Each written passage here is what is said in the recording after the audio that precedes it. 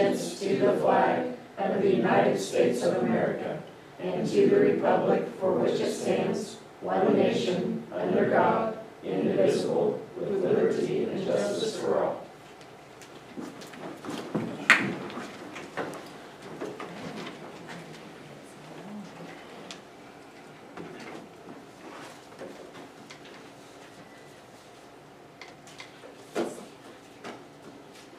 I didn't even get signed on. I don't see one else. Those two different documents.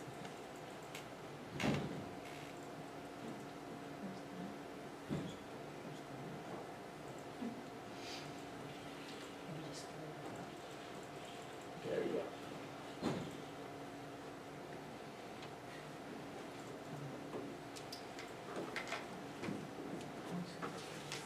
So we'll grab this for just a second, okay? Just I'll check. fire it up. Okay.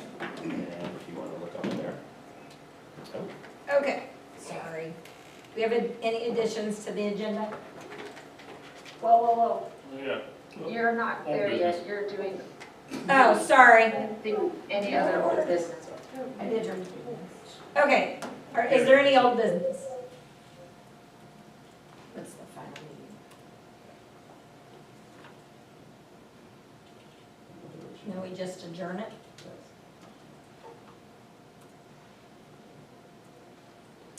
If there's no further business for the 2019-2020 Board of Education, I declare it adjourned. This meeting's adjourned.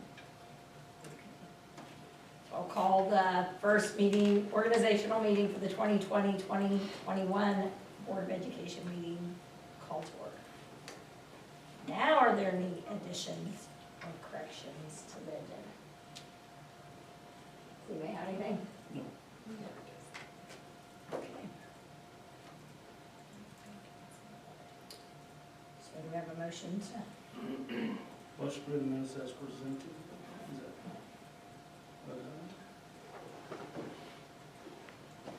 of the June, we have to do Of it, the June 8th. That's in the consent agenda though. Oh, yeah, It's all consent, so we're. Sorry. I got it. It's a new year. so- I got a question before we Uh-huh. go there. On the June AP checklist that's out there, there's on the first page to Apple, personalized 10.2-inch iPad for $14,700. Is that more than one iPad? Oh, yeah, that's, Okay. yeah, oh, yeah, I was a little Wow. concerned Good that catch. there's yeah. one. Yeah, they do it in engraving on the batch that we get. Really nice one, is it yours? No, no. USD 244. Good question. Okay. okay, but don't we have to make a motion to approve the consent agenda?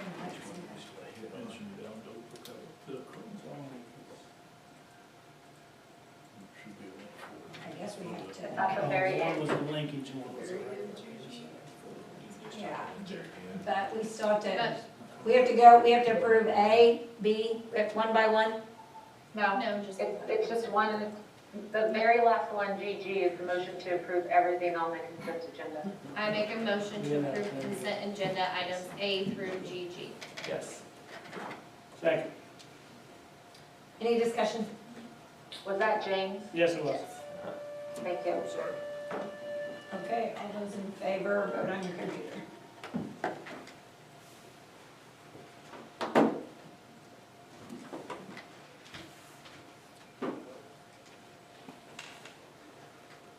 It's not giving me the option.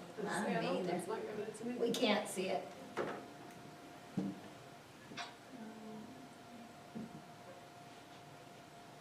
Yeah, I'm showing that it's, Can you see? So is it not It giving just- you option to vote? No option. It's just, We we just just read, have to roll call vote since I'm Okay. not there. Yes. Selena, aye. Lucas, Aye. Mike, Aye. James, Aye. Stacy. Monique, aye. Motion passed 6-0. Concerns of USD 244 patrons. We have 2 people on the agenda tonight. So, Mrs. Freeman, do you want to go first? Did you have to have anything? Did you want to talk? Wasn't exactly prepared to talk. Did you just sign in as being in attendance here? Is that what you did? Oh, I'm sorry. That's Yes, okay. because I didn't put in for any, I didn't put in a notice with Tracy, Gotcha. so. Okay, so I guess it's just. All right, okay. Jay? A couple of things. One, I'd like to say thank you. The school, USD 244, did a food drive, and we got that food this past week, and we appreciate that. Every little bit helps, and we appreciate you making an effort. For 8 years, I've told you about our usage goes up in the summer, and our income comes, or not our income, but our donations go down, and so in this year, the school board came through, and the school system came through, so we appreciate that. And then another thank you, they're not here tonight, but the high school came through for us again. It's been 99 degrees outside, and we had a bunch of frozen food for the commodities distribution. We didn't have a place to store all of it, so we used the high school freezer again. It worked wonderfully. We know it's not available to us coming up because school's beginning, but we bought us a freezer unit. We're going to spend a bunch of money on the freezer unit. We're going to try and so. But we appreciate having access to the school for these 2 months when school's not in session. Thank you. Who got the day off? Have you? Yes, there's 5 different people we awarded, and now I'm going to be tested. It was interesting that Dorothy and Alan Schwartz both got their name drawn. I did draw names. Misty marching through names. Dorothy, Alan. Trying to remember the other 3. I'm drawing a blank. So anyway, we donated 278 pounds of food to God's Storehouse. So that was terrific. Our people, I say, they really came through. That's a great idea. Okay, written communications, it looks like we have 2 from the Barrazas and Strotter, from Janet Strotter. Let me see those. Okay, superintendent's report. I just have a few things, and I'll pull up my report here now. There it goes. We have new Title IX laws that will go into effect August 14. We have some training going on July 15. Tracy set that up through a Zoom meeting that we'll have Wednesday, where we will find out more about the Title IX laws that deal with discrimination and so on and so forth. So those, again, we are looking to also, and Lucas sent me an email, and I'm glad he did, but we're also looking to, sometime in August, have additional training, and it could be available for board members. We'll see if we can maybe do it on a Friday, because I know Fridays tend to work better for some of you. So again, more information coming down the pipe here very soon with the Title IX laws. And if you look through, obviously, I shouldn't say if you look through, when you look through all the different policy updates, you'll notice Title IX is very prevalent in there. So anyway, again, we have the Navigating Change draft document that came out to superintendents. It's a 1,078-page document we got Thursday. Overwhelming is an understatement. That deals with, again, how we'll be attacking school in the future with a lot of different things, depending upon how things all play out. Hopefully, we as well as the State Department have over-prepared for different things that could happen, and crossing our fingers that hopefully the school year goes smooth and we don't have to worry about COVID-19 or health-related issues. But I've started to work with the health department on this. Carl Lee, Tina Withers, Lindsay Payer. We are meeting sometime Wednesday, yet to be determined on a time, to go over some of the information. There's 45 pages of that document that deal with health-related and operations-related information. And so on Thursday is when Dr. Watson's going to release it after the State Board of Education, which they're having their meetings now this week, after they make it final and they approve it. So the draft is supposed to be held somewhat confidential. I'm sure it maybe is leaked out, but I haven't leaked it, so I'm going to make sure that I do my part. But again, we're looking over this. We are beginning preparations. One thing that I think we'll look to do is try to create a community task force, a group of people. It could include a member or 2, it could include or more, it could include parents from each building, it could include staff from each building, it could, again, administrators, it could include a lot of different people just to give us some feedback. And more information we can share with people, I think the better. So that's something that we're going to look to do here very, very quickly. And that kind of ties in again with 2 and with 3 there together. Bad news is we, on number 4, and I've shared this with you before, we did not get our daycare grant. Unfortunately, it was not funded by the Early Childhood Block Grant. I'm trying to get some information, maybe some feedback or pointers as to why I do know they had more grants for funding, for money apply than they had grant money.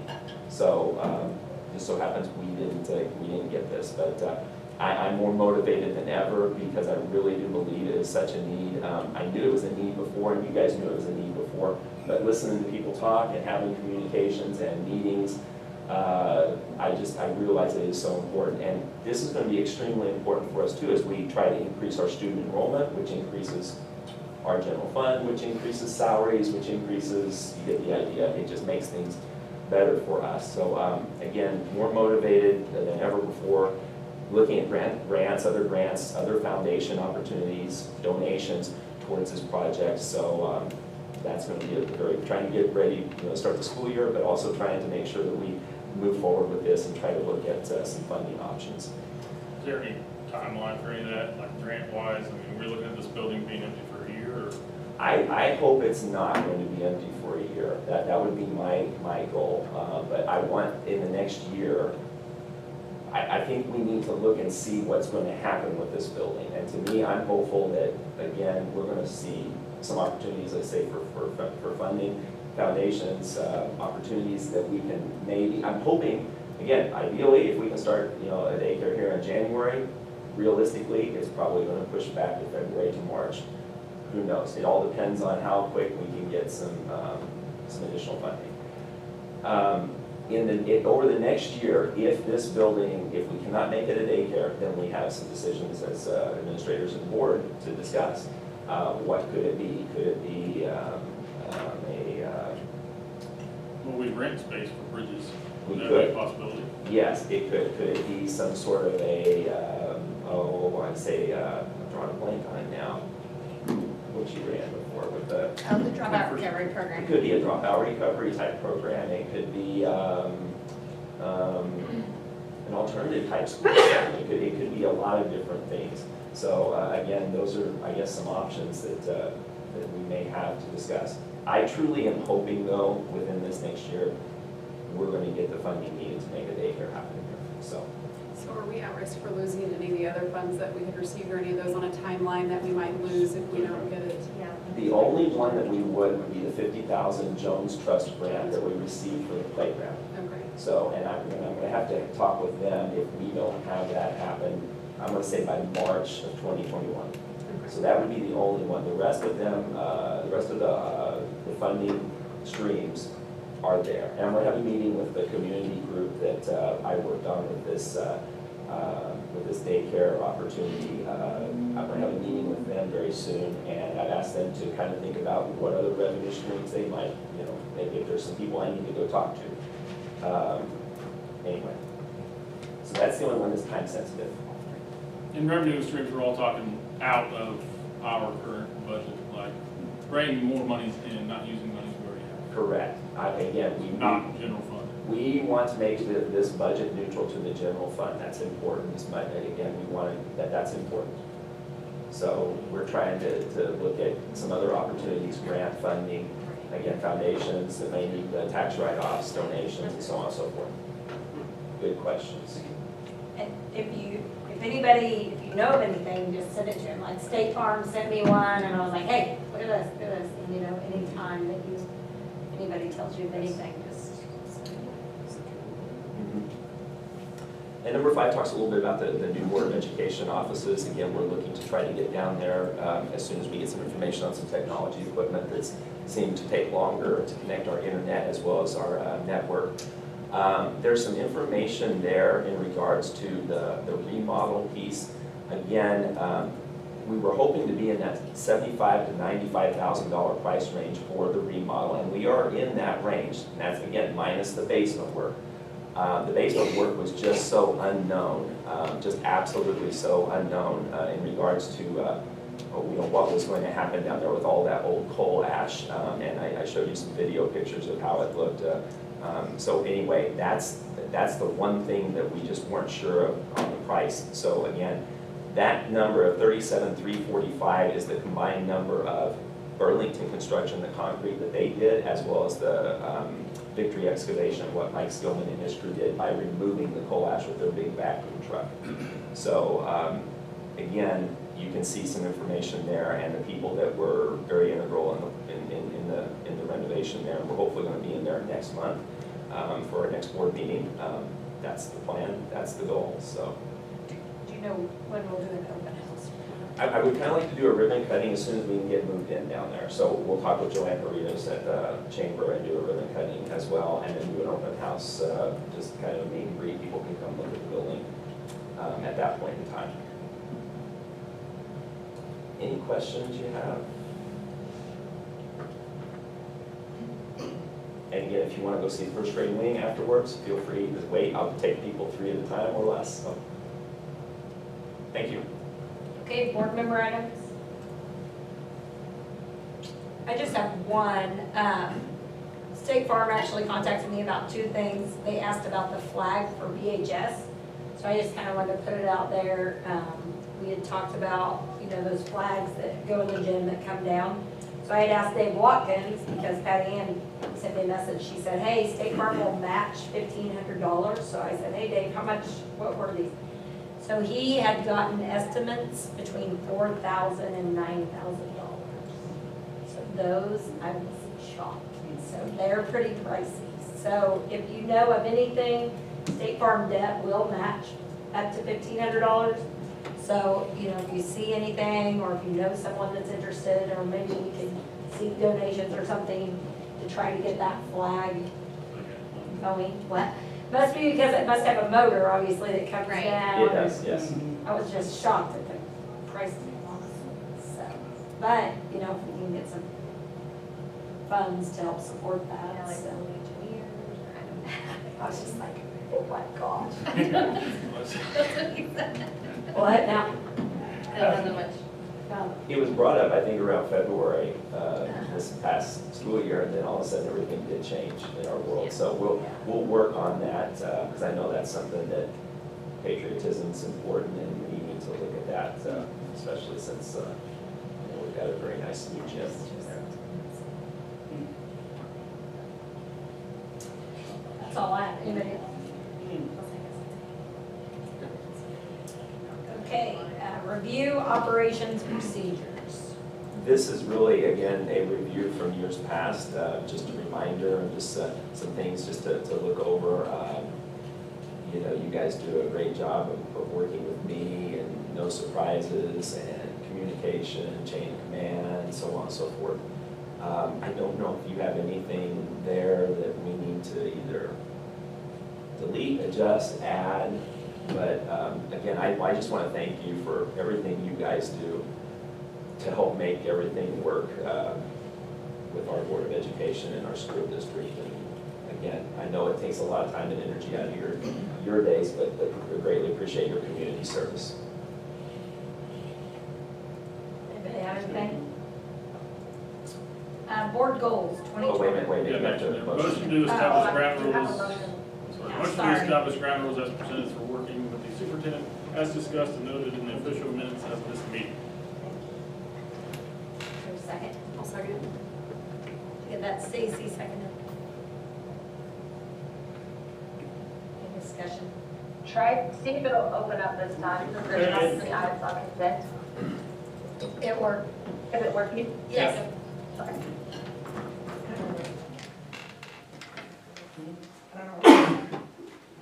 Should make share the screen. And now I can't share my screen. It's there, I promise. There you go, you just did it. Motion passed 6-0. Okay, now, go to board goals for 2021. Again, you have some items there that are very similar from years past. One thing we do need to look at is the retreat. Yeah. We have a couple of evenings that we've done in the past. We could go back to a Friday all day. We could go, it's kind of up to you guys. The two evening meetings has worked before, so I guess it's your preference on that scenario. So maybe next meeting, bring your calendars so we can all, do you like 2 evenings or Friday or most everybody works on Evenings. Two. 2 evenings, okay. in September? just said that. Okay, that sounds good. Anything else? Again, there's a couple of questions there. We got the preference on the format, and the retreat. We'll work on those dates. And again, any suggestions that you have for our administrative team, just jot those down, or anything you want to discuss, you can share those with me and Tracy, and we'll make sure that we get a list of things to discuss. We'll do a facility tour. It'll probably be pretty quick because, again, you've seen in the last 2-3 years, we'll just kind of hit the high points and the areas that we want to address and improve on. So it may not be a complete facility tour, but it'll just be a shorter version, and then we'll go through the list of items you have and list items that we have. So.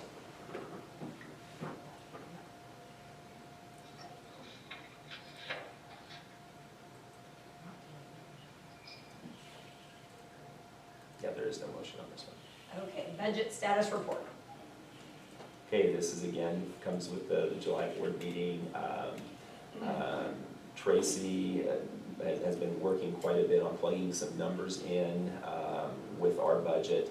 And we've been talking and discussing via email and phone back and forth. We are looking to go Thursday morning to Topeka and have Craig Newenswander, who's one of our budget, State Department of Education budget gurus, if you will. He's going to look over what we have prepared so far, and we're, again, we're putting together everything in anticipation for the next year. You can see a chart down below, and Tracy put together the chart. We're anticipating our mill levy staying very, very similar, if not maybe even a slight reduction.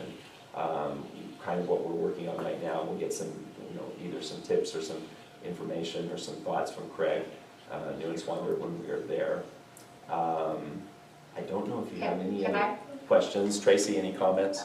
I can tell you right now, the preliminary run on supplemental general will drop that from 4.4 to about 4.2. So that's a good thing, that we can, knock that down as much as we can. That's the lowest that I remember it being in the years since I've been doing the budget, so. And that's due to the assessed evaluation increasing, correct? That and then we have the carryover balance, yeah.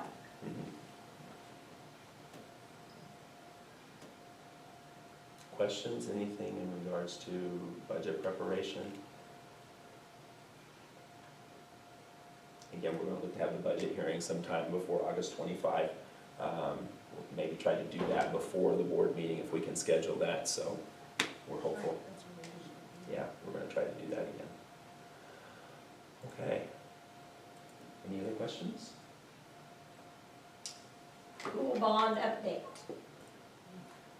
The pool bond, that, and I want to commend Tracy on this because she spent a lot of time, energy, and effort with Scott Jeffers and the rec board working on the pool bond over the years. Again, you can see there's an attached spreadsheet for you guys. The pool bond has been paid off actually 1.5 years early. Due to the higher assessed valuation each year, save the taxpayers about $30,000 in interest and lower the mill levy for the recreation center 2 years early. So that is absolutely tremendous. And like I say, I want to commend Scott and his board for what they've done, and also commend Tracy for her working with Scott and their board to make sure everything got taken care of. I know this has been a lot of additional work for her, so greatly appreciate her efforts on this. So very, very good news. Great job, Tracy.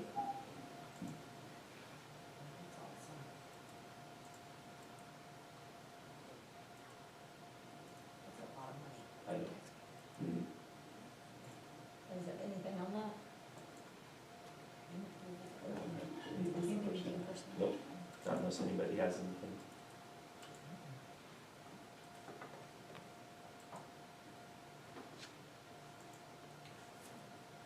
Does anybody have any reason to go back in personnel? Okay, governmental relations network appointee.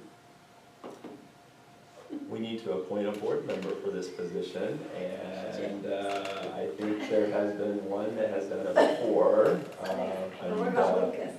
What you gonna do? It is an opportunity for anyone and everyone, so. Right? Sure. Okay, motion to approve James Higgins to serve as Governmental Relations Network Representative for the 2020. Second.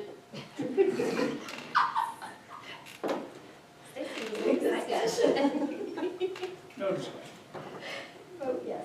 Just kidding. I'm kidding. Vote yes. I'm kidding. Go ahead, girl. Vote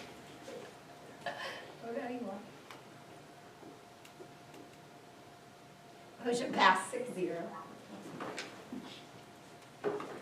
Okay, baseball, softball restroom project. Okay, there is some information there in public content, and I'm going to read to you a little bit because we won't be able to share it, but anyway. There is a bid summary sheet that shows 4 different bidders that we had. Decker Construction, Lloyd Builders, Universal Construction, and Weeds and Company. Decker Construction was the low bid.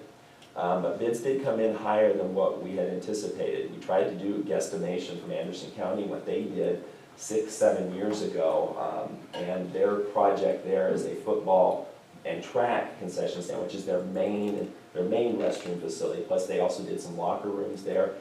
In talking with Don Blom over there, Don said their final project total was about 6-7 years ago, was about 360 to 400,000 when they did the final. They had some sewer issues too to connect. Seems like sewer is the key term here with these types of facilities sometimes, especially when they don't stub in plumbing to a certain area when they're doing some work before. So anyway, in talking with Don and going through his project, we guesstimated a cost somewhere again in that $250,000 to $300,000 range based on our sewer issues. So anyway, and Clark is on the phone with us. And it looks like Tracy did put some information up there too. I want to before I go to Clark and any questions you might have, I want to let you know that also another positive for the USD 244 Recreation Commission. They voted to add to the project. Remember, they were having $10,000 for 5 years for a grand total of $50,000. I talked with Scott Jeffers before their meeting on Friday. And Scott and his board approved $20,000 for 5 years. That's an adjustment. Again, $20,000 for 5 years for a total of $100,000 to the project. We have $100,000 from the Jones Trust grant that needs to be spent by March of 2021. It's that time-sensitive money that needs to be spent within a year. So we have 50% approximately of this project paid for either through Rec Commission, greatly appreciate them and their board, and then the Jones Trust. That would put our commitment at about $202,408. Now, if you look again, the Decker construction bids at $453,000, but we have worked, and we can do this legally through the state, talked with Craig Newenswander and Dale Dennis on the phone in regards to value reductions. Clark, I will let you, and you can see the list that Clark has given you, and you've seen that already. For possible deductions. And the one thing we didn't want to do with this project is compromise the space, because we felt like if we cut the space down to very, very minimal amount, we'll kick ourselves and we'll wish we wouldn't have done this. And we didn't want to compromise the longevity and the durability. So Clark, I will let you go with some thoughts and comments here. Okay. Talking through kind of their options of helping to reduce cost. Are broken down into segments as the building finishes. Now, the letter from Decker has what they call a wall panel change options at the top, and you'll either accept one of those, or you'll accept the wall panel and masonry change option, because it's either one or the other. You can't take both. And he's given several options of looking of ways to reduce the cost. Again, it will change aesthetically a little bit, but the idea is not to reduce the building or more inferior structure. Correct. The metal wall panel was just changing the gauge, the thickness of the metal panel from a very heavier gauge panel to a little thinner gauge. We're still above the standard. Most metal building panels are going to be 24 gauge. And so we felt like that again, using the 22 gauge it will give us some vandal resistance more so than the 24, and that's why we priced the 20, 22 gauge, so you can see the difference in metal thicknesses and the cost for that. And that's what the first three, the wall panel option, are just reducing the gauge of the panel, and then going from a custom color that we can match any color we wanted, and using a standard color from their color palette. And that also saves us some money. And Craig and I kind of met and looked at their color palettes, and they actually have a color that hopefully at least appears to be very similar to the brick color on the football stadium from a distance. You get it up close, it won't be an exact match, but from a distance it should have a similar color tone to it. Now, the next option down is the wall panel and masonry change.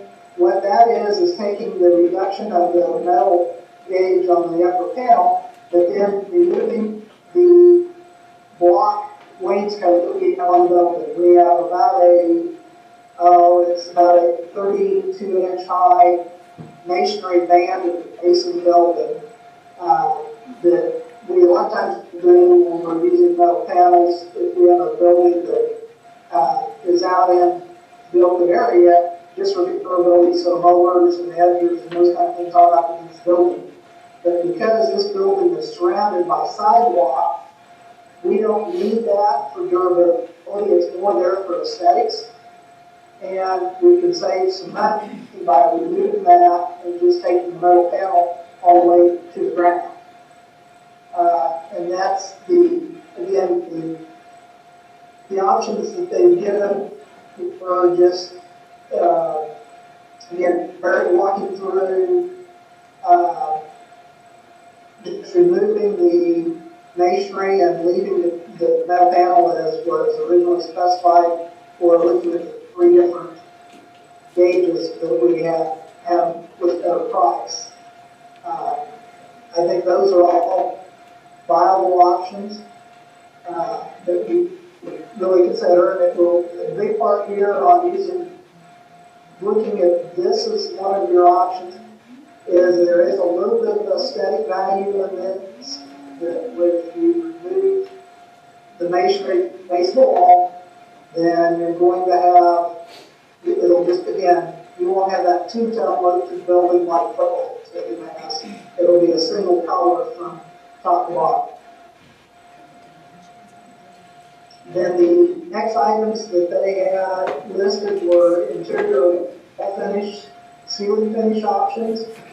And what these are is, again, we looked at durability and longevity. We took and lined the walls and the restroom and concession area, essentially in all the bathrooms, with half-inch plywood, and then put a quarter-inch of cement board over to put our epoxy finish on. And these options is to remove the plywood and then just go to a thicker cement board panel, which will give you, again, some resistance to vandalism, but it's not going to be as durable if somebody goes in there, decides to try to punch the wall or to take the wall out to the wall, it's going to need to be repaired. Where if you line the plywood, they're more likely going to, you may need to touch the finish out, but you're not going to have to repair the substrate of the wall. But again, Craig and I had talked back and forth a little bit.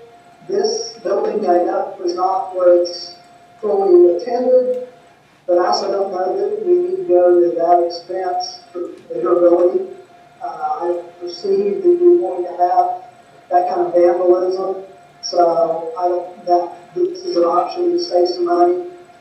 And in the same manner, item 3 under the wall and ceiling, if we actually had them put FRP, which is a plastic fiberglass reinforced panel on the ceiling, with the idea that you go in and just hose the bathroom down and clean from time to time. Because that ceiling is on the bottom of the roof trusses and we have our plate line is a 10-foot plate line, I don't feel like we're gonna give up a lot to actually remove that fiberglass plank and just go with gyp board and have that painted. Because I don't perceive that you'll need to spray the ceiling down if there's issues that you're going in and clean up. They'll be spread in the floor, in the base, the bottom part of the wall, all the first 2 or 3 foot. And that will be protected and will be able to be closed down and not be damaged. The next list of items is the coiling and overhead door. The overhead door in the storage area. That is was an aluminum door, and the coiling doors were stainless steel finished. And these options were is to take the aluminum door and just go to a pre-finished skin garage door, and it would be essentially one of, I think there's 3 or 4 factory colors that we would choose from to save the cost. That would allow you, again, durability wise, it's going to be as durable as the aluminum. You just don't have the flexibility of the color options. The counter doors for the concession stand, again, this is going to, away from the stainless steel and just going to a pre-finished coated steel. Again, it's in what we call a standard factory finish. There's in the 4 colors or so that are there. There's dark bronze, there's tan. There's a couple other, I think there's a white, and there's one other, I can't remember the color. But in looking at our building materials that we're using in other color palettes, I feel like you could go with a dark bronze door on these applications and save your money, and it will then be as durable. The only disadvantage over the stainless steel is maybe in 10 to 15 years, they might need to touch up the paint on it, but because of the overhang on the building, that's not going to be a high priority. And then the final items are the mechanical, electrical, and one of those was, because of the electrical service coming in, was 480 volt service. We actually had a 480 volt panel that we were feeding an electric heater for the heat in the building, and that was the only item on that panel. By taking and transforming that 480 volts was down to essentially 208 volt, we can essentially reduce the cost of removing that panel and that heater, and that saves us $2,500. And then the electrical contractors also proposed a deduct saving by using a different, essentially manufacturer of lights, saves us $2,100. And I think those 2 options are 2 that I think you ought to take absolutely, because you will not see anything from those being taken in the longevity of life of the building.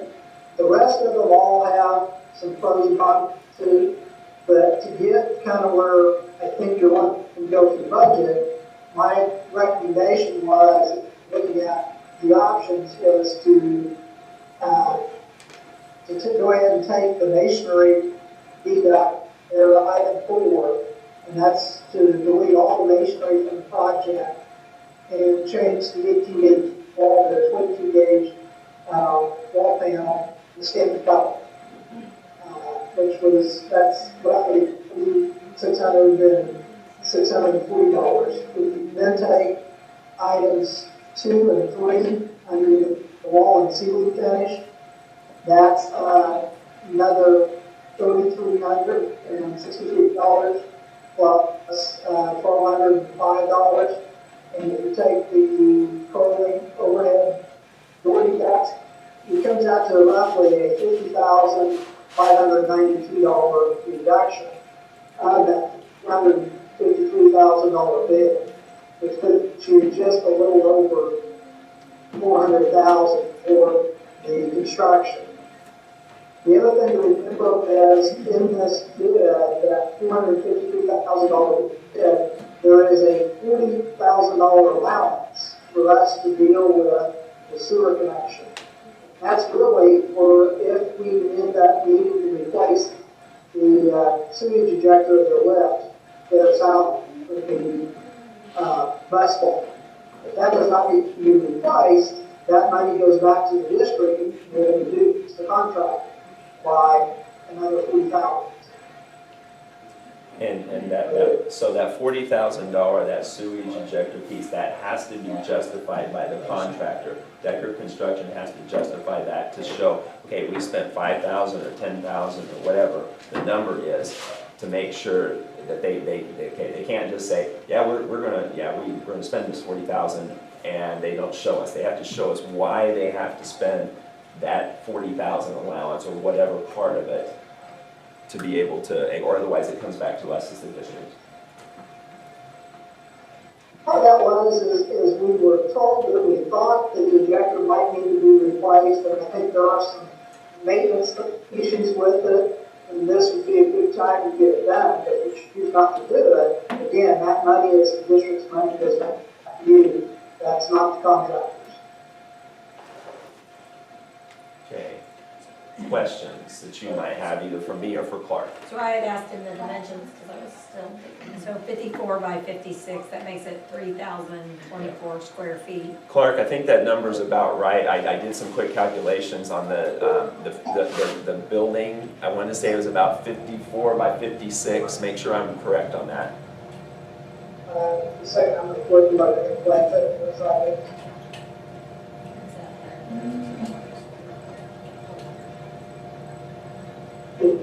I think it's 44 foot in one direction. I think it's 40 by 44. And the other direction is Okay. 42 foot, which we have the porch area, which is another 14 foot. So your 54 is including The awning, the cover, I counted that in. I'm sorry, I missed That's all that. right. So it's 44 by 42. 44 by 42. Yeah, but 42 is the building, and you have the covered porch, you cover the concession area, the entrance to the restaurant. And that's all up the roof and part of the structure. Right.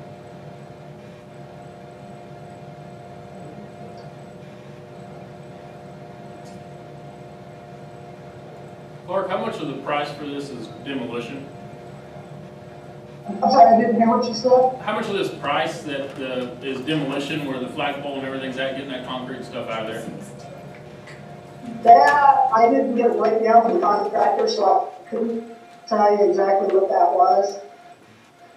He hasn't shared me a schedule of values yet. I do know, Victory Is it excavation. Victory yeah, I excavation. believe it's going to be actually, he's using one of the local builders to do the demolition and dirt work. I think that's Mike there with Victory. And this includes all the sewer stuff? And real quick, that the demolition piece is included in the price of the contract, the I bid. think it's 10, and Yes. that's all they can, that's what he said, you can't use the 40, but it's 10. And then Selena, you had a question, I'm sorry. And then did we look further into a lagoon out back behind the? Yes, and we can do a lagoon, but there becomes an issue potentially with safety. We'd have to fence it in. What's the future, because most likely it would have to go, I'm gonna say, to the north where those fields, where that field is, where the hay field is. And if we do that, then does that become an issue in the future, depending on what we end up doing with that land? I don't think we'd want to put a lagoon between that tree line and the softball field and the bus barn, because we'd have people walking right by that.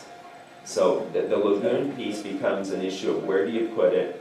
Then you have, if like, for example, if kids climb a fence, we think they wouldn't want to get in it, because I think it would be a little smelly. But we did check into that. We could do that, and it's a possibility. It might save some money. but it probably isn't gonna save as much. Very many schools have them.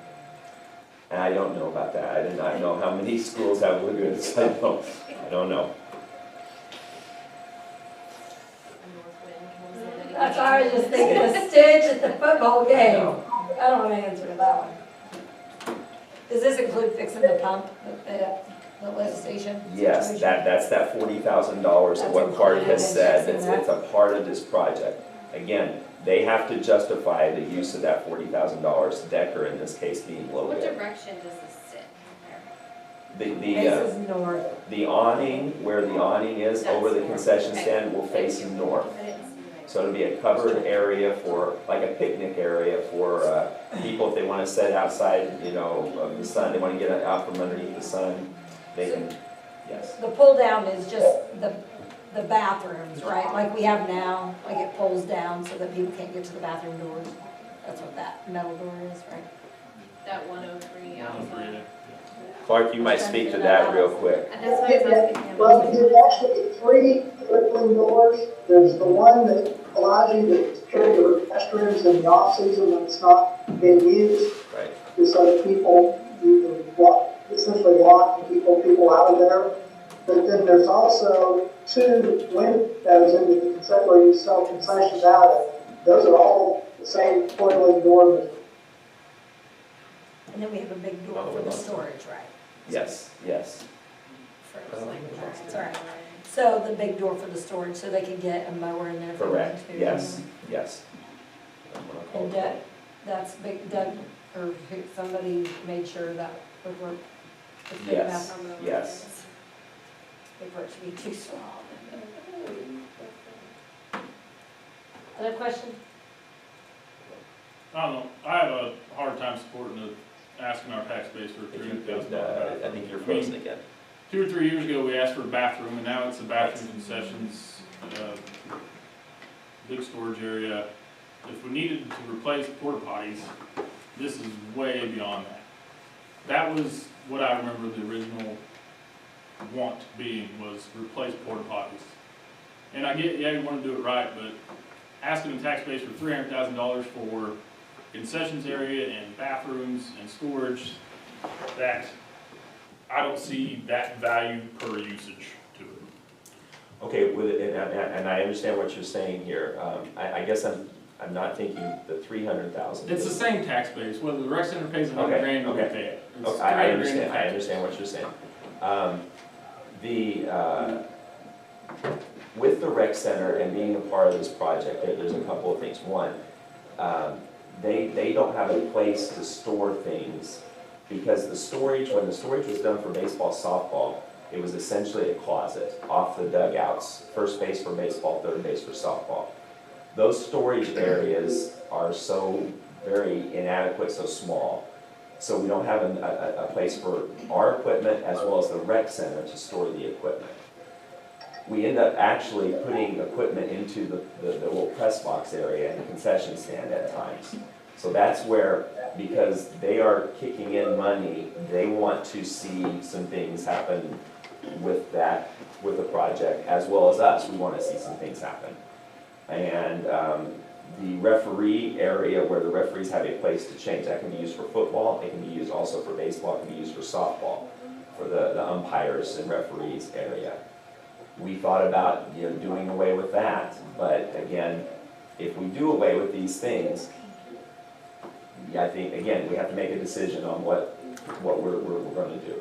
If you want, we can, if we go back to trimming down this project, and we can do that, and if you just want to go restrooms and concessions, we can do that, and it's going to take away from the price of the project. How much we have to rebid it. We have to go to we can reject bids, and that's a possibility. We can reject bids and go back to rebid it with a different design.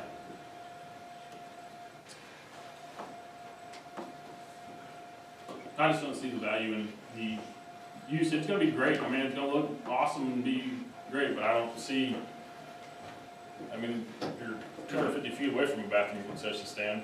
We're just wanting to get it closer and spending this amount of money, I think, is a big ask. If you're able-bodied, it's terrible. Well, I think we've been talking about this for months now, and so why does it now all of a sudden become an issue? We can watch it now, I post other things. Okay, so, yeah. And they've been shut down and never went to bid, we just went by guess. I mean, we got a number back. Well, and I will say, in Lucas's defense, we started out talking about $150,000 to do the project, and it's morphed into nearly $500,000. I would say the original number was 250, Okay.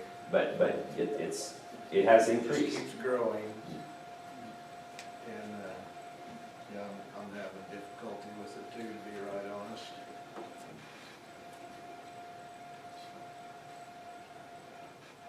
And I appreciate your comment about the cable body, there is a need for Right, something out it's, there. if you were in a wheelchair or something, that is hard, and it's, the porta potties aren't accessible. I will say this, the storage area that we are talking about, the additional space, is the least expensive in Clark. I don't know if you want to speak to this or not, but it is the least expensive of the space because it's just unfinished. It's a concrete floor and there's really no finishes in there, right, Clark? Is that? Well, actually, no, we actually have, finished walls essentially in that area, but there's not much to it. We just got, essentially, we actually have plywood on the walls, and it's just painted, and we did that for durability. So We're gonna use half inch, I guess, essentially OS. There's no restrooms. Cover the Doesn't walls. cost money for, yeah. I mean, it costs money. When I say, I guess I should, when I say finish, it's very, very minimal finish.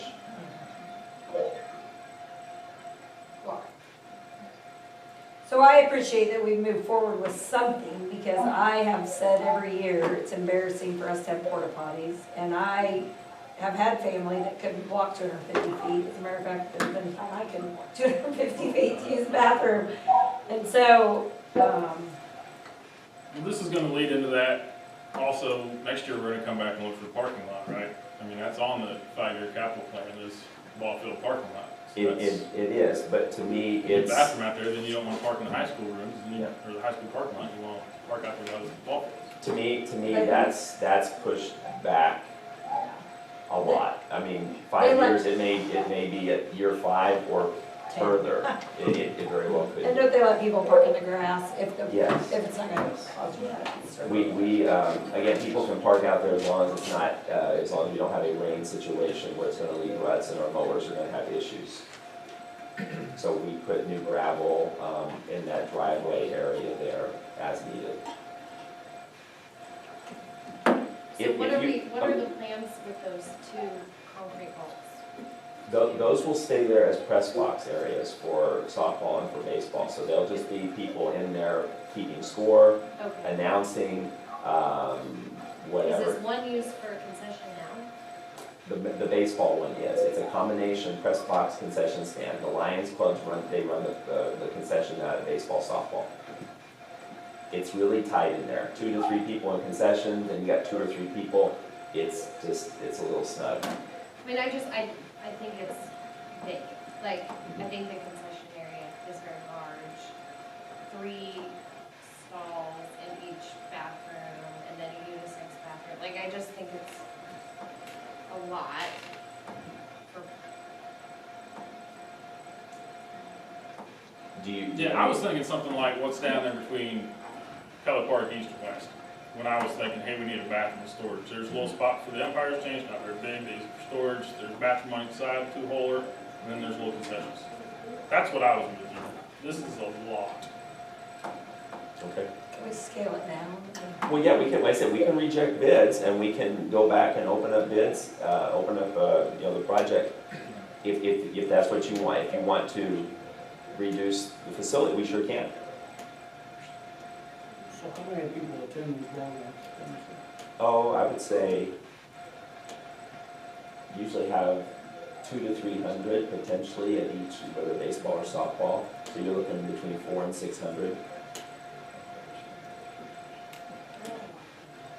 all at once? Or Can be at each facility. Yeah. field? And it can be more if you're hosting a, a regional baseball, regional softball tournament. The crowds will be much, much Is bigger. how much, when we have porta potties there, how many do we have? I think you usually have two, we have two sets out. I'm not entering them, so. Is it two, or, I can't remember, Dave Watkins is in charge. So I Two mean, on- that's two on- going so from it's two four total. places Two on- to 3, 6, 9, 10. Now all of a sudden we have 10 spots for people to use. And that's you've got to account for each one of those faucets and toilets being flushed all at the same time for your sewer needs, so that's gonna say what you gotta do downstream.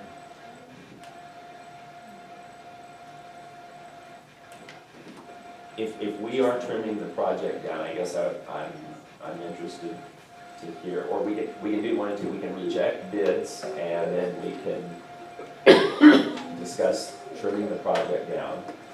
And we can talk about trimming the project down now, it really doesn't matter, but to be able to get this project going and have it be ready for February, because we have $100,000 deadline with the Jones Trust, February, March.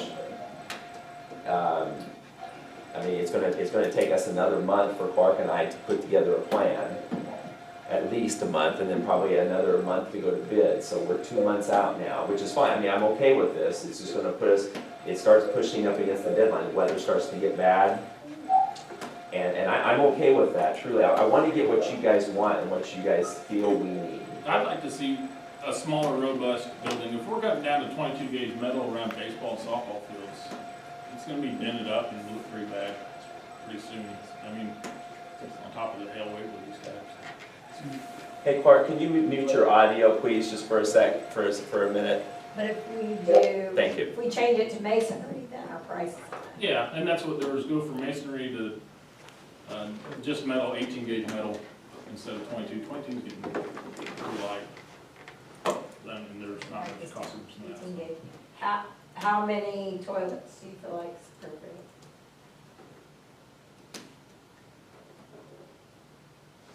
I don't know, I'm kind of the opinion now that I don't know why we're doing men's and women's bathroom. I don't know why they're not just ones on the side of the building with doors that go in and it's just a bathroom.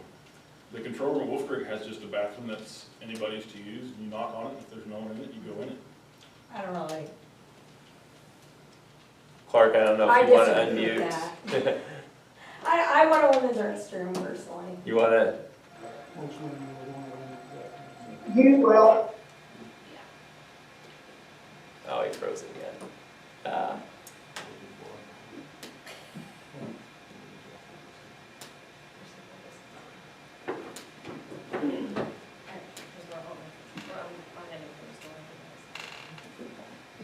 Hey Craig, is there a possibility you only have him in on the phone because he's killing my audio? Yeah.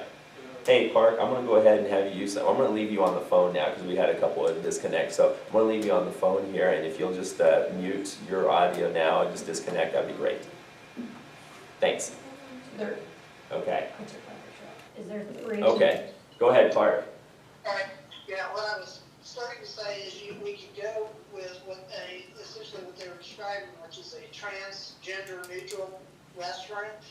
That is sort of the way things are looking or starting to move, but I can tell you right now, that's not a real popular choice by a lot of folks. They it's one of those things that kind of sounds good, but it also,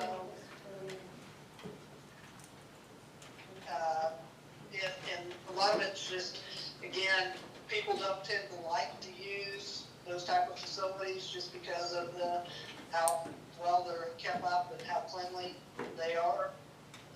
They don't seem to be, as appealing to folks. Yes.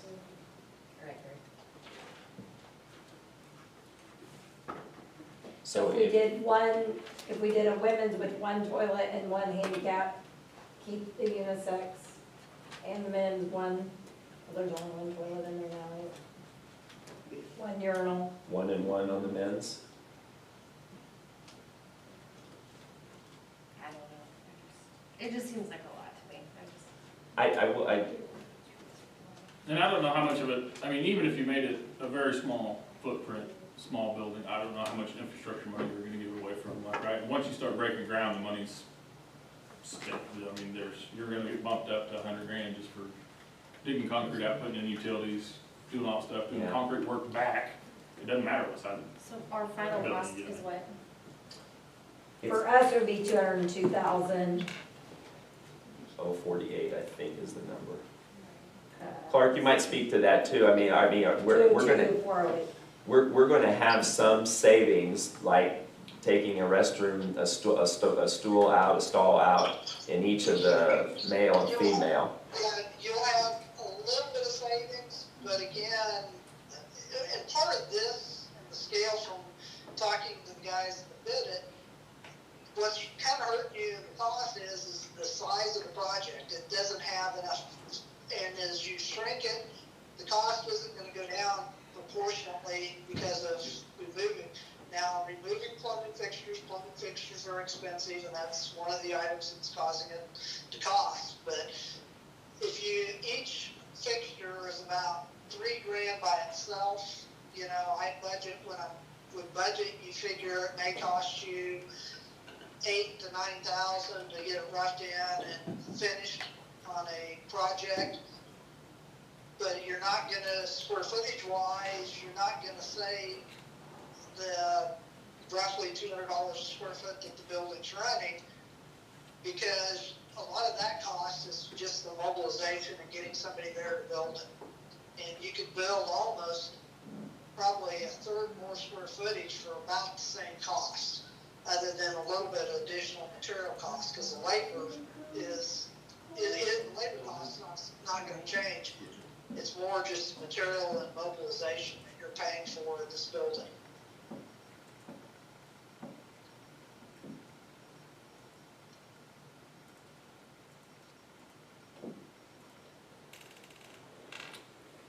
So our cost is 200,000.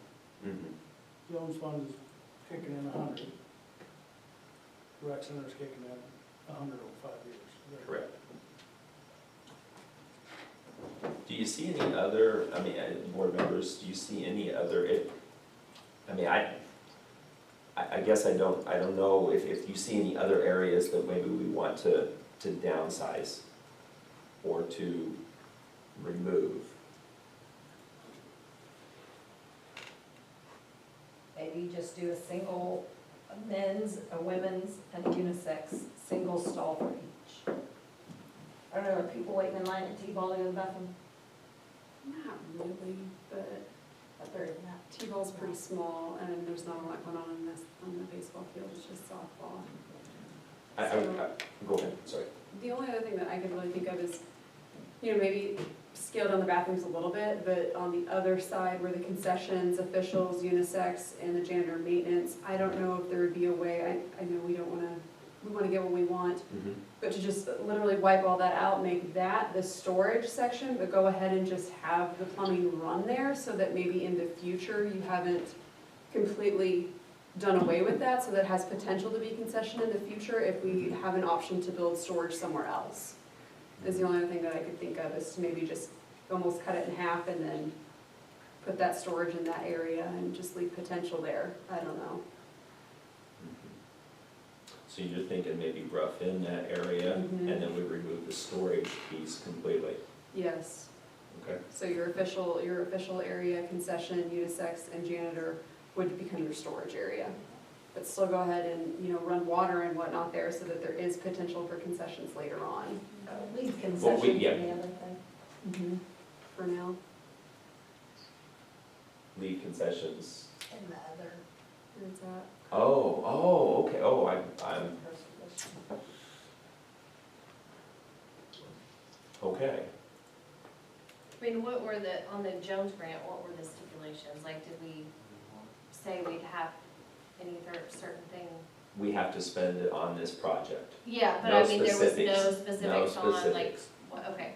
We gave them, they did not give us any specific guidelines how to spend it. I think on the concessions, being that is a possibility, I guess, in my mind, I think that to me is a big part of this project. Because if you're in that baseball press box concession stand area, it's kind of uncomfortable. So I can kind of see what you're talking about in regards to the officials area, the mechanical, the unisex piece, I can kind of see that. And then maybe possibly getting rid of that storage area. Craig, the other thing about that concession area is there's no water in that, there's no water in that press box. And I've been there for years with Legion ball and high school ball and some spill, I mean, there's just not, they've gotta go outside to get some of that, and so it limits what they can do. And then Clean up issues. clean up issues when we're dealing with. Yeah. I did, yeah. Well, how, Go ahead. what if we just got rid of the storage area, what kind of cost savings would be that? And Clark, we talked a little bit about that, if we just remove the storage area completely. I can't remember exactly what our number was, but But then is the rec center gonna contribute 100,000? correct. And because this is a joint project, I know that was somewhat important to them. It was important to us too, because again, when they built the baseball field, they didn't put enough storage for baseball and softball equipment. It's literally a closet. Maybe it's like 5 foot by 5 foot. And you got catcher's gear and tees and helmets and balls and bats, and you You get have the a idea. storage shed right there, like a portable one or not? We do not at baseball and softball, no. So it's really, really tight there off those dugout storage areas. Would you anticipate this will be used during track season as well? I could, and I will say this kind of thing, thank you for mentioning that. It can be used during track, it can be used during football, especially if we host a large crowd, like a playoff game or something like that. It can also, and this is the point I was gonna look at, the rec center, they want to have as much in the summer there at high school baseball, softball fields. They truly do.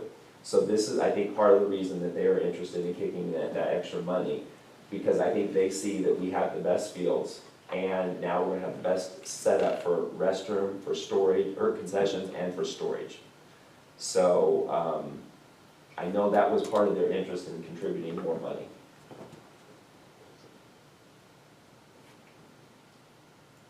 Like they're gonna bring tournaments in the summer or something? I- Because I- they don't. I think that's a strong possibility. I can't necessarily speak 100% for sure to them, but I know they are excited about having this facility there with our actual playing fields there. I think they're using it more this year than they have in previous years. I think so. I know they I are. think they're having games up there. Yes. And When the my years kids were past, little, they they haven't. never did. I think a lot had to do with the restroom piece.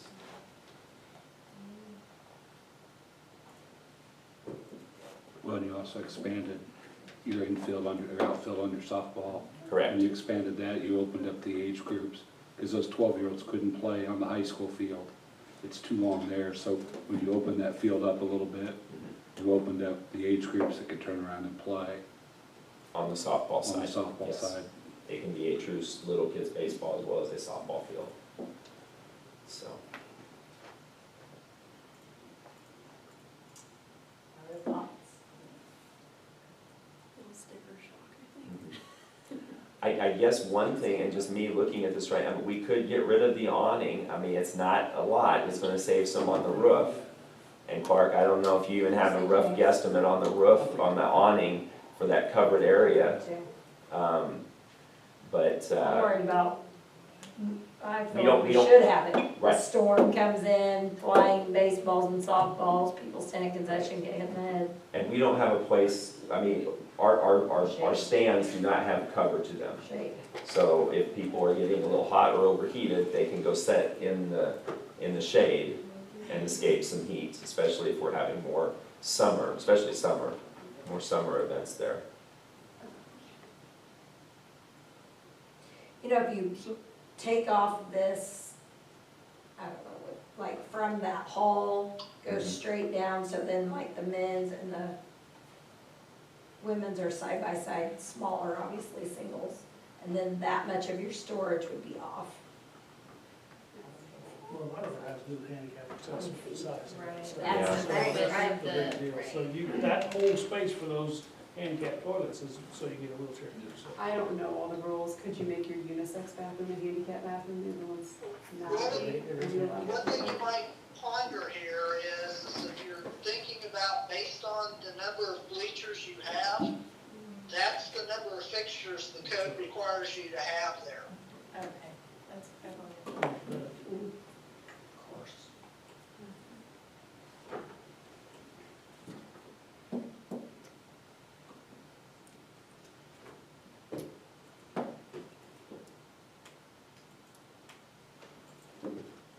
And this project, again, because it is more expensive, we'll have to adjust our capital outlay a little bit.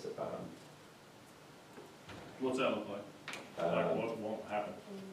Oh, there will be just some things that we'll look at, we'll probably push back a year. I can't really say specifically, but I could think in terms of maybe, let's say, for example, some carpet projects get pushed back a year. We may not be able to do all those, all the carpet projects that we want to do, flooring and that type of thing.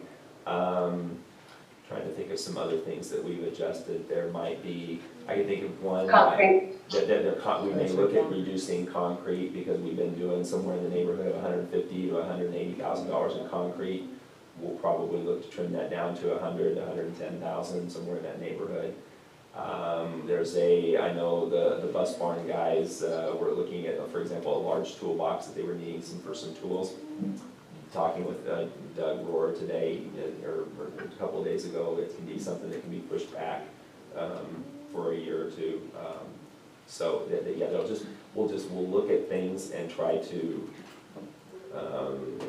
do what we need to do, but also maybe delay some other things.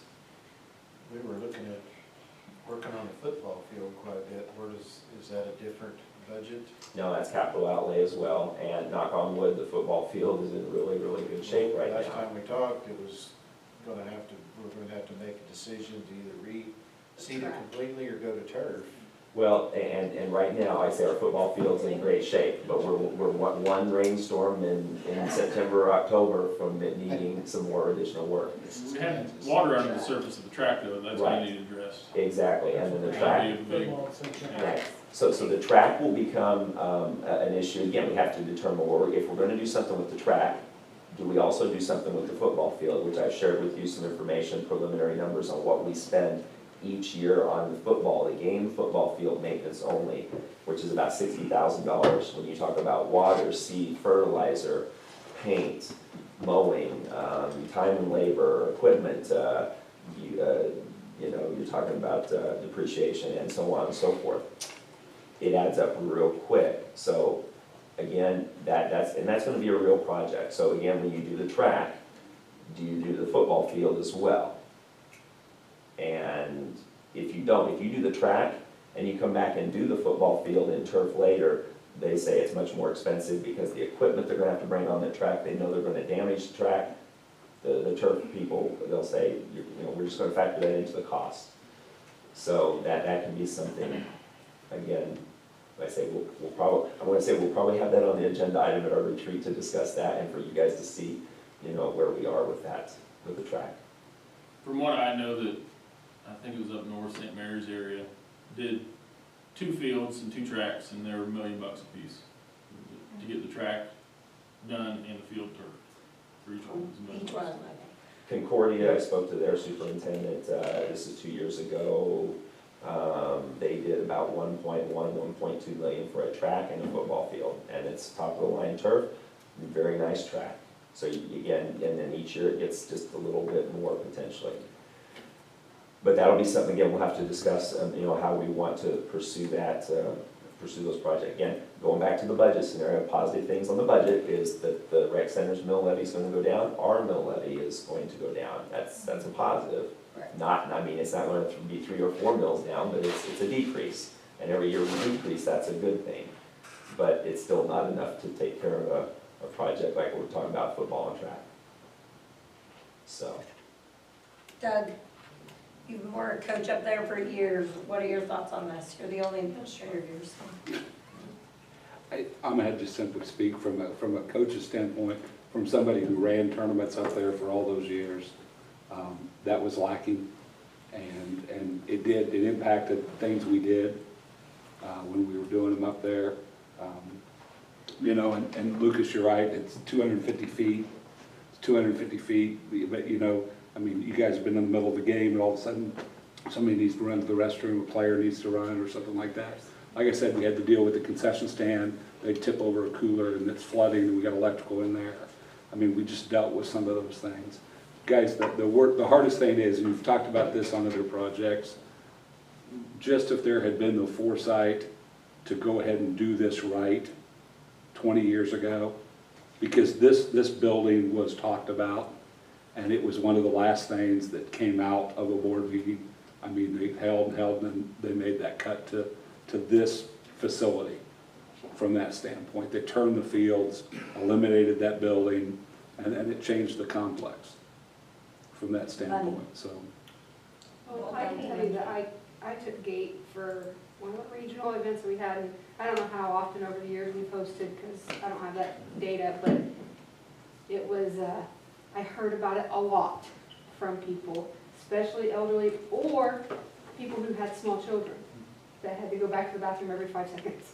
I mean, and they were like, this is your one trip for this hour, you know, but those were the people that I heard complain about it the most. And so is it perfect? No, is it? Yeah, I don't really think any of the needs debatable. I mean, I think that's there and that's obvious and everybody wants that, but. Yeah, you know, can we within our turn the means. cost? I think when you see like, the state football playoff we had, would have been 2 years ago now, that particular game, you get into those types of games where everybody's traveling, coming to the game and so forth. I mean, I could see this being used on a night like that. Some of the track meets. I mean, I think it has some multi-use to it also. I agree with that, but the carpet we're not gonna get next year is gonna get walked on every day by students. I know exactly what you're saying. That's what we've gotta look at right in the face and make that decision. I have a hard time doing it. I understand totally. Yeah. My fear is the cost is only continue to rise. It's just gonna. I just want to make sure everything else is right. So the storage side of it faces the football field. Is that correct? Correct. Okay. So do you still anticipate it will get used during football games and track? Yes. People will still know that it's tucked around behind that storage area? We'll probably be doing PA announcements, I would say, hey, just so you know, there's the side section, there was concession stand and restrooms open up between the baseball and softball fields. You know, it's, the restrooms are on the north side of the facility. I've just done your PA announcement for Doug. Doug, who's the voice of the Wildcats in the football stadium. So anyway. Yeah. I think I want people to go over from the visitor stand to the bathrooms of the bus barn, so they go to the concession stand and, Right. you know, patronize that to give them money. And I don't know, have all kinds of people volunteering to run the concession stands, that we can open another one during a football game, especially one that faces the softball field and you can't see the football game. To me, the concession stands are probably going to, concession stand at the baseball softball field will only be opened up if we have a big crowd. We may have the restrooms opened up over there, but again, people typically want to go to concessions, and so at least they have the concession emergency availability, if you will, the restroom emergency availability. They'll use that, and then they may go over to the concession stand to go get pop, candy, popcorn, things like that. It may help us too with restroom usage for football field during football games if there's lines. I don't know how many lines we deal with during football games, don't know. I can't really remember, so, yeah. You know, again, there's just gonna be, I would say there would be some small adjustments to capital outlay, but again, we're gonna make sure that we have things taken care of that need to be taken care of. We've done a ton for. Yeah, we've done an awful lot in 4 years. I could see us not use cement before. If we need carpet, we've been Right. so awesome about getting those In projects. 10 years, we're gonna be coming back to this building now that we have to take care of, right? That we're building a new one of, and we're gonna have to maintain it, it's gonna have a lot of dents in it and stuff like that, doors aren't gonna work, and, I mean, it's also another liability that we're gonna have to maintain, so that affects things also down the road too. I would say 10, and Clark, I don't know if you have a thought on 10 years, I don't know if, I mean, I guess I'm hopeful, you know, we'll be doing some different things as time goes on, but I guess I'm hoping that maybe it extends out even further than 10 years before we have to do major issues, or have to, when I say major, we have to. You really, unless you have vandalism, you shouldn't have any major maintenance on this building. The thing that's gonna need to maintain would be your composition shingled roof, and we're putting a 20-year shingle roof on there as long as we don't have hailstorms. You may not have, other than, like I say, you may have touch-up paint that you just wanna spruce things up or liven the color up, but shouldn't need it for 10 to 15 years. Painting would be it. Well, I mean, it is a building right behind baseball, softball fields, so I think that's a lot like a hailstorm possibility every night of 3 or 4 foul balls hitting it. So I think it's got a higher likelihood of needing a roof than its lifespan, especially a 20-year roof. I know I didn't put a 20-year roof on my house. That seemed pretty cheap. Not cheap, but not very resistant. Yeah. The 202,000, is that after his recommendation? So like if we took the recommendation of the 50,000, the option D or whatever, Yeah. so then it would be 152.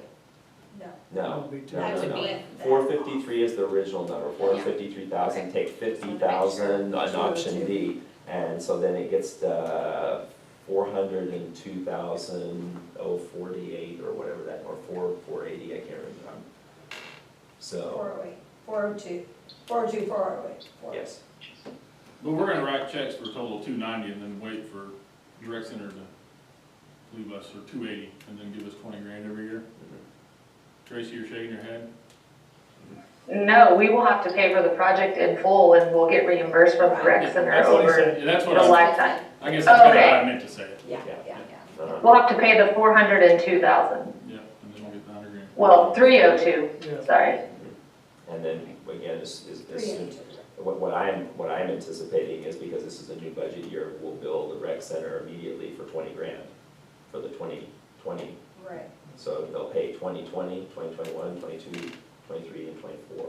Those are their 5 years of 20,000 each.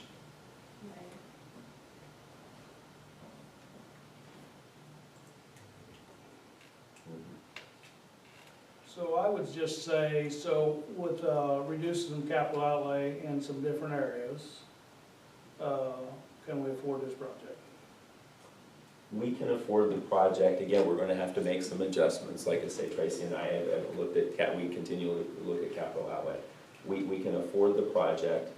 And to me, this is kind of, I mean, after this project, we're pretty well set with what, I can't see anything major coming down the pipe. If we do if we end up with a community-based daycare and that's budget neutral, we may have some work to do in here, but I'm hoping that that'll be part of our grants, foundation money, so on and so forth, that we will be able to utilize for renovation in here. And from what we understand, the biggest thing in here is plumbing.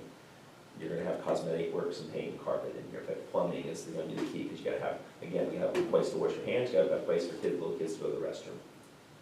So the plumbing in this, that could be the other facility issue here potentially. And we're now caught up on all our roofs, right? Middle school roof will be next year, and then we'll be caught up for a while on our roofs. So we've done a lot in 4 years. So again, kind of tapering back, but again, like we mentioned here, football, track and field, that may be something that we're looking at, and we're gonna have to look at maybe how long we can go with that track.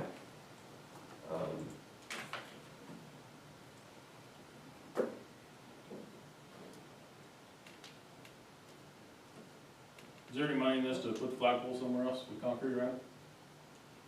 We're sitting right on top of that, right? We'll have a flag, yeah. We'll probably put a flagpole, I'm going to say, somewhere different. Obviously it has to go somewhere different. We may end up putting a flagpole on both fields, baseball and softball, instead of just having one flagpole. What's our contingency if the numbers kind of turn out like the first grade wing where there's lots of Right. add-ons and change forms and. With this being a new facility, Clark, you might want to speak to this, we should, How thick's that concrete? Have we looked into how thick that concrete in there? I know some of the guys that poured it, they said it's pretty thick. that's part of the Flagpole removal. area. Clark, go ahead, that's part of the Yeah, I removal have to cost. say, the only unforeseen would be is we know there are utilities that are underneath the location of the building. The feeds for the baseball, softball, lighting run kind of underneath. The contractors know that they're there. They're supposed to be, when they excavate, protect that.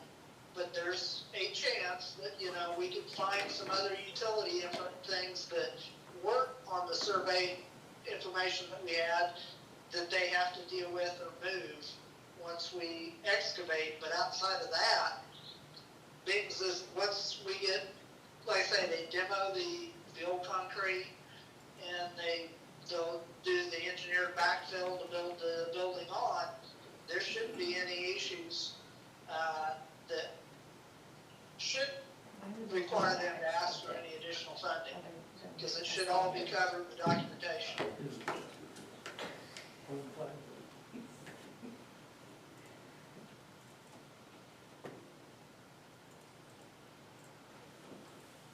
So I think what I just heard was there's utilities down there that we're probably gonna have to protect or repair when they break them. Yeah, there are electrical lines that run underneath where the building is setting. There is a Fiber optic. water line for watering fields, which we've noted that they should have money in the bid to move, because we told them they have to move the water line out from underneath the building that feeds it's a high pressure line that feeds the baseball and softball diamonds from the well for watering. I'm trying to think what else.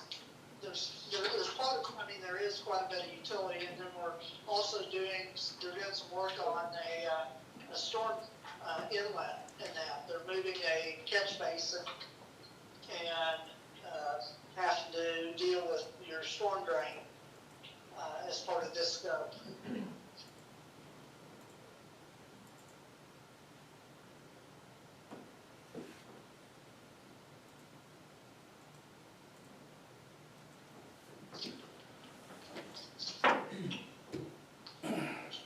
Well, personally, I'd like to see something nice, and I wouldn't wanna crunch it down to something that just,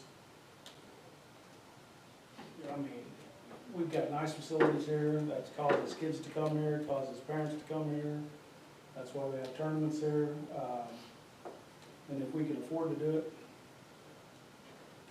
I say we do it. I agree with James. We've wanted this for years. I don't go to any other football game or go, I know that we do have them at the football, but I'm just saying, I haven't been to a baseball game.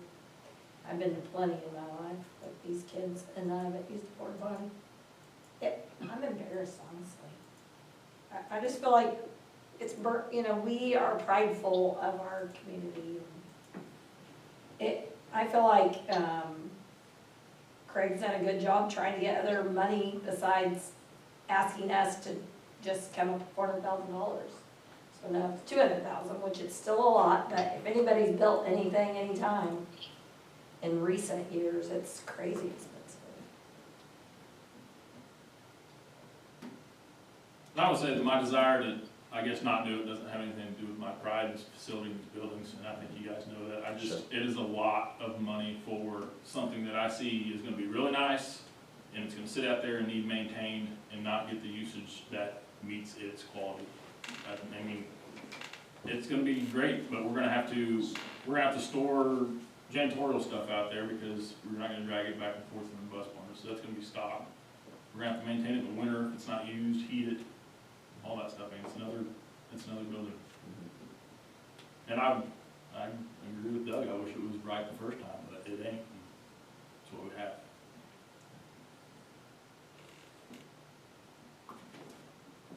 So I don't know if we'll have any building that's gonna be used 365 days a year. I mean. Oh, we're a school, of course we won't. Well, the stadium, how often does the stadium get used for football season? Well, that was built in what, 91? Well, it doesn't matter, but That it was a was still different consistent. budget time frame for us. Okay. That was when we could spend all Wolf Creek money. Well, I definitely think we need it. I guess where I'm at is I just wanna make sure that it's not more than what we need either.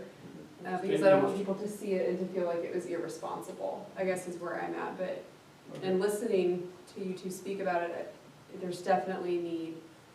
It sounds like you're gonna get use out of it. I'm okay with it as long as we don't think that it's more than what we need, I guess is where I'm at.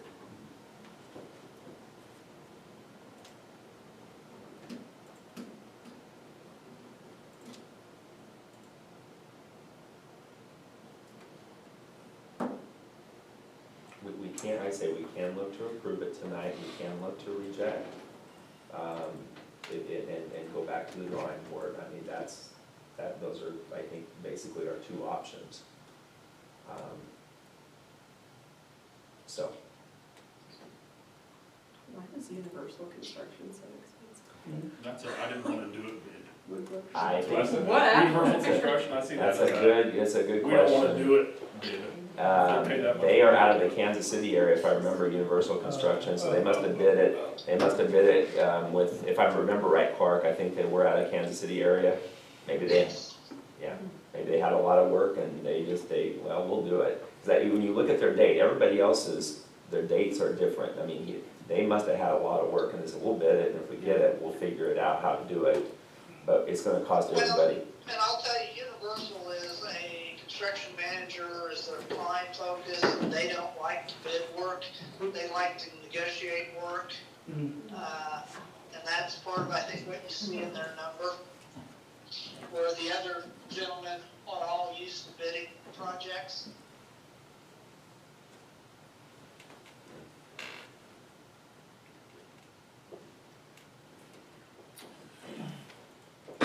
Well, I'll make a motion to approve that baseball, softball, restroom project bid from Decker Construction, amount of $402,408 with the value engineered items listed in option D. I'll second. Any discussion? I wondered if we should include, I guess it's. Of the rec center But, deal, the rec yeah, center the deal. trust, It probably 100,000, should be and listed. as part of a motion, but it's too late. So, can I amend that to accept the recreation center allotment of $20,000 a year for 5 years? And then Jones Trust for 100,000. I second You that. spell that out? motion.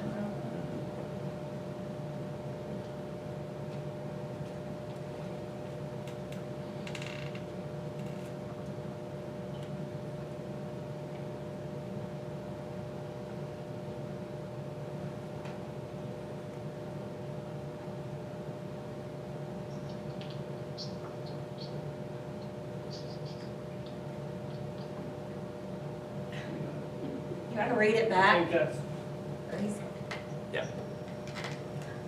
she's gonna put out. Motion to approve the baseball, softball, restroom project bid from Decker Construction in the amount of $402,408,000 with the value engineered items listed in option D with the acceptance of the rec center, 100,000 in parentheses, 20,000 over 5 years, and 100,000 from the Jones Trust.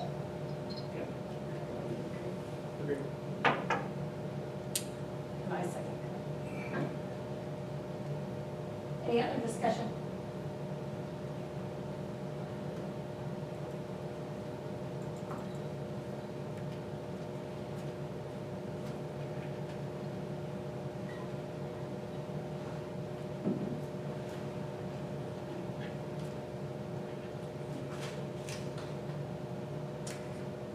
Motion passes 4-2. Clark, thank you for your time. We'll let you go ahead and sign off then. Thanks a lot. We'll talk later, okay? Okay, did you need an update on the elementary or the We- reroof from the high school? I think we're okay there. I've shared some information with the board, and if we need, we can do it again. And they are going to go take a walking, talking tour. Some of them already done that, so. Okay, Well, I was saying, if you've got questions, come out and call me. sounds good. Thank you, Clark. Okay. Okay, board, what is it called? KSB policy updates. You were given, like I say, a packet of 70, I think close to 70-some pages there, a lot of information there. A lot of these, if you read through and looked at the updates and the comments there, those are the ones that I look at when I look at the actual policies that are in, like the So should we go through the each different one? one. I don't know if we really need to go through each one, but if you have any questions, yeah, if you have any questions on any of these, the biggest thing is that with the Title IX adjustments, that we are going to have some to be determined people filling some positions. So for example, it talks about that there will be, let me look here and see if I can find it, there will be a Title IX, let me look here and see, coordinator that will be identified, which we are going to find out more at our training on Wednesday, as well as the August training, what that person will be. It may not be me. It could be somebody else completely, depending upon the process. And so we still need to gain more information on what all this means again in regards to the Title IX adjustments. So some of these positions will be to be determined after we go through the training. That's what when I read through all of these, it just seemed like we've got some positions to fill, and of course some training to go with those people that are filling those positions. I don't know if you saw anything, if you made notes. Another one I talked, or one I talked to was the tobacco free school. They changed that to just being electronic tobacco delivery device. It's not going to be a whatever. And I like that they did that. I know that, and I appreciate everyone getting on board with going smoke-free vapes free on campus, but Yes. I'm glad they did that. Yes. Heard 94 references to Title IX. I know, there's a lot. And Do that's you why suspect that that will be an administrator will take on that role? it could be. And Tracy, we've talked a little bit about that. No, she frozen too. No, she's still there. We've talked a lot about it. We're going to find out again more at the training. You said in a conference call, I think on the Title IX information even before, and I'm trying to remember what we talked about as a suggestion for the coordinator potentially. I mean, it could be a variety of people. With us being a smaller district, we could even involve KASB. There's actually like 4 different separate positions we have to assign someone to. There's the coordinator, there's an investigator, there's a decision maker, and then I can't remember off the top of the last one, but there's one other level in there. And a district our size, a lot of other districts are involving KASB heavily in this because of the time and the details. And I'm sorry, I didn't have my notes in front of me, but our administrators have to take a step back and be,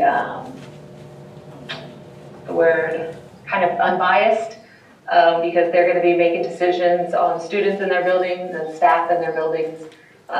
So the trainings are going to be very important, and we don't have a lot of time to put that together. So, but KASB does have a lot of options out there for the board or admin team or whoever it may be to be trained here quickly, even before school starts. But I also want to mention, apologize for the lateness, but KASB just released on Friday changes to these policies. They're minor, and it still all has to do with Title IX. But if you look, the one in the board packet says it was posted July 10th. I reviewed them. There wasn't anything that would hold us up on approving the policy, but just wanted to make you guys aware that it is not the one that was posted when the packet went out on Wednesday.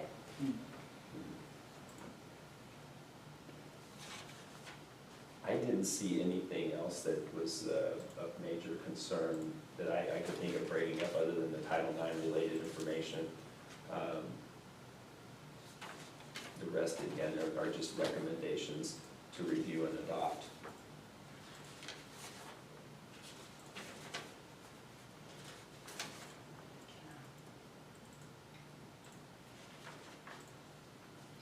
So we will have at the August board meeting, the recommendations for the 4 different positions for Title IX once we do the training this week and determine who best fits those roles.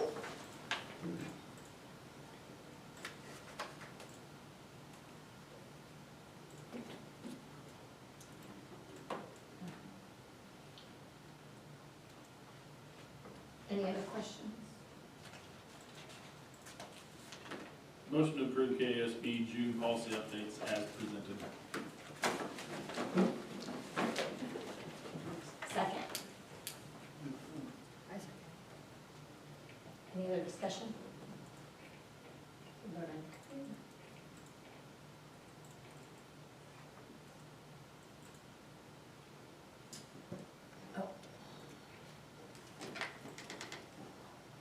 Waiting on James. What? Hold on. How about that? There you go. It was hidden.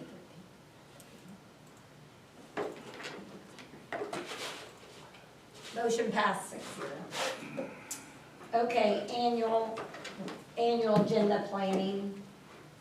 There's just a list of things here for results, for linkage and for other business, just again, for information, communication as we move forward and reorganize for the upcoming school year. Is there anybody else that we want to include in our linkages? Any other groups, organizations? Or- So, We do have 2 linkages that were skipped because of COVID. At some point, I don't know if you guys are interested in plugging them back in. It would have been your teachers and your site council and principals. And fiber board, if fiber board needs to be a part of that as well. That could be it. They didn't need one this year. So we could possibly look to do those in September, October, potentially. September is the ministerial alliance. We do them in So you're either- November and March. We do them twice. question. Oh, I'm sorry, I'm looking at the wrong part of the chart. Yeah. So as they change the voting time, are we still gonna do the board reorganization in July? Do we decide that? No, I think we do it in, we do it in January now. In I January. know, but it says on here, July, so. Oh. Oh. This is, it does say that, I probably need to change that just to the organizational meeting, because this is still your organizational meeting for the Okay. year. Okay, So I can change that from reorganization just to organizational Okay. meeting. Okay. Okay. Good catch.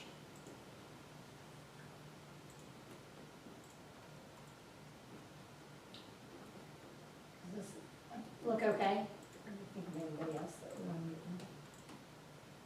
with? And we can look to try to include those 2, if we would want to try to make up those meetings, we sure can. Yeah, one in October maybe or something. But we usually, yeah. We could maybe do it in August and in October.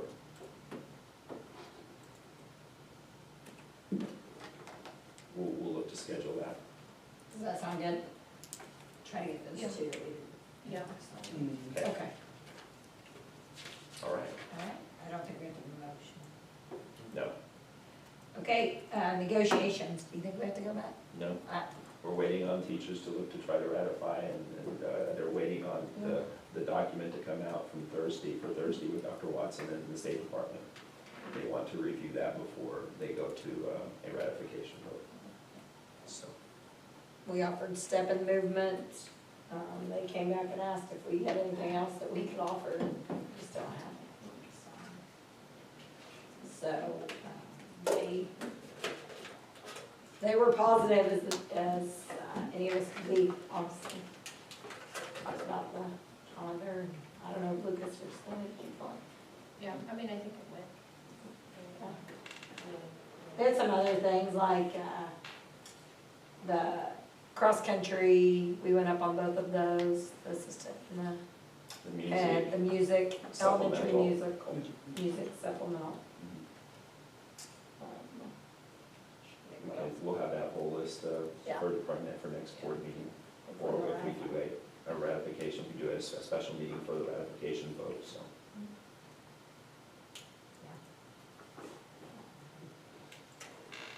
Okay, debrief.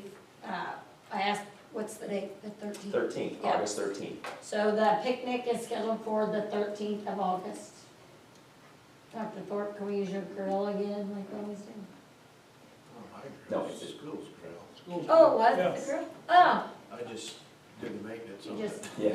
no. He fixed it up so we can use it Every again. time it gets tore up, I fix it up.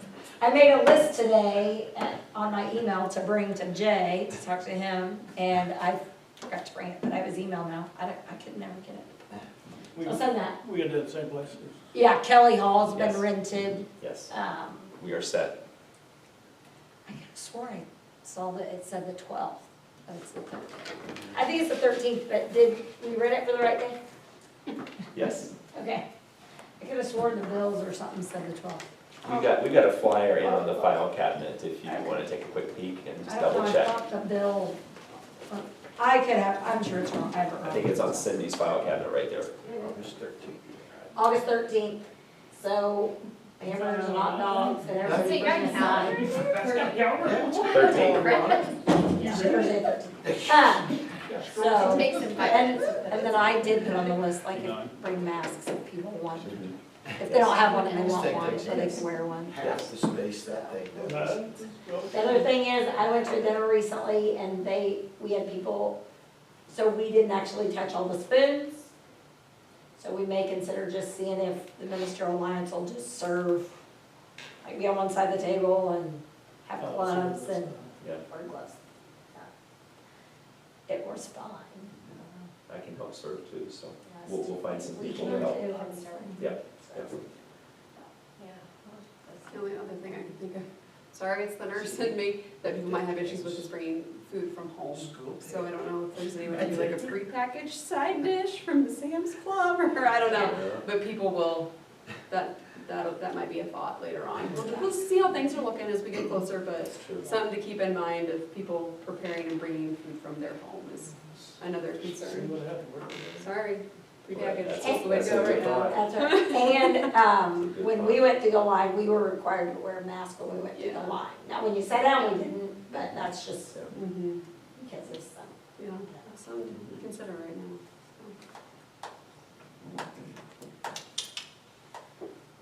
Okay. Oh, nope, she moved, okay. Yep. We got this. Okay, meeting adjourned. I'd like to go see the elementary. Sure. Try your mask. Sure. Then I'll sign this You got stuff. some things to sign? Yes. Well, if you have some things to sign, why don't you go ahead and sign it, and we can go over after I take those. Okay, that'd be I've got great. two.